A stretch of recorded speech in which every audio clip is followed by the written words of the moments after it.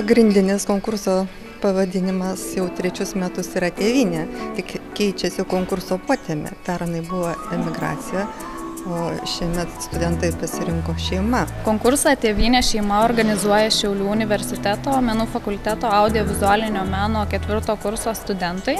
Konkurso tikslas yra skatinti moksleivius susipažinti daugiau su fotografija, bandyti per fotografiją atskleisti savo požiūrį, savo mintis.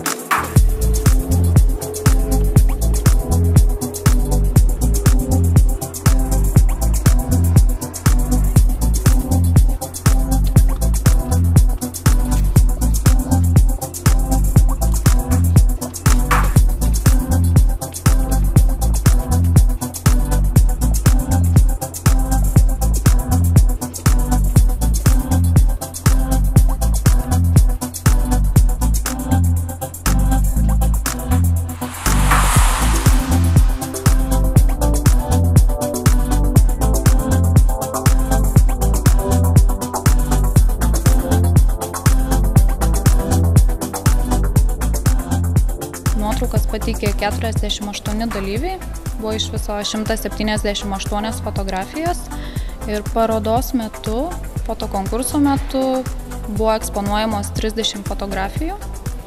Tai dalyvių daugiausia buvo iš Anykščių, taip pat buvo iš Šiaulių, Tauragės, Mažeikių, viena studentė iš Vilniaus universiteto. Galima pasidžiaugti tuo, kad šiemet dalyviai buvo tikslesni, jie labiau atkreipė dėmesį į šeimą, kad yra tokia potemė ir daugiau tokių labiau, sakykime, atitinkančių pačią temą ir atsiuntė fotografijų.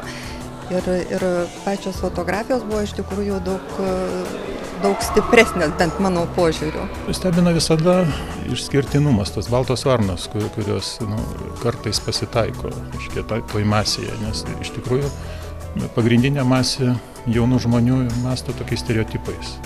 Ir jie mato tokį paviršutinišką sluoksnį, jeigu ten kas nors su vėliava eina, tai jiems panašu, tai čia yra tėvynė, čia patriotizmas, o išvažiuojantis, emigruojantis katinas kažkur su šeimininkais į užsienį, jiem atrodo kaip gyvulėlis kažkoks, tai čia yra labai stipri metafora.